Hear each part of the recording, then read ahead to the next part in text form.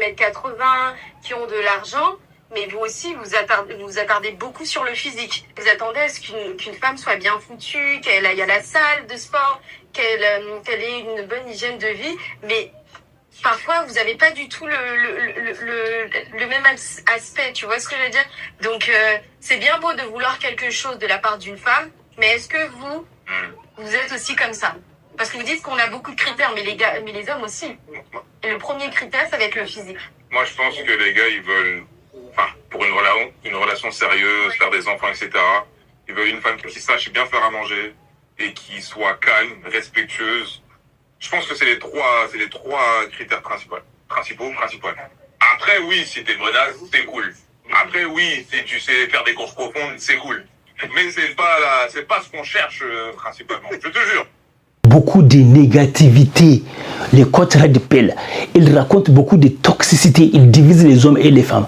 Je ne dis pas que tout ce qu'ils disent est faux, mais ils disent beaucoup de choses toxiques et négatives. Ils divisent les hommes et les femmes, ils cassent la confiance en soi des hommes et ils demandent de l'argent aux hommes. Ils inventent des critères, des faux critères, soit disant 1 million. Ils sont en train de gaslighter les femmes. Ils font dire aux femmes ce que les femmes n'ont pas dit. Ça s'appelle le gaslighting en psychologie. Ils font dire aux femmes ce que les femmes n'ont pas dit.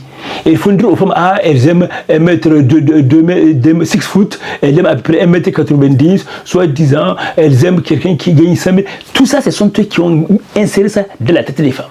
La plupart des femmes dans la vraie vie, ne cherchent pas des hommes comme ça, des hommes qui mesurent 1m90.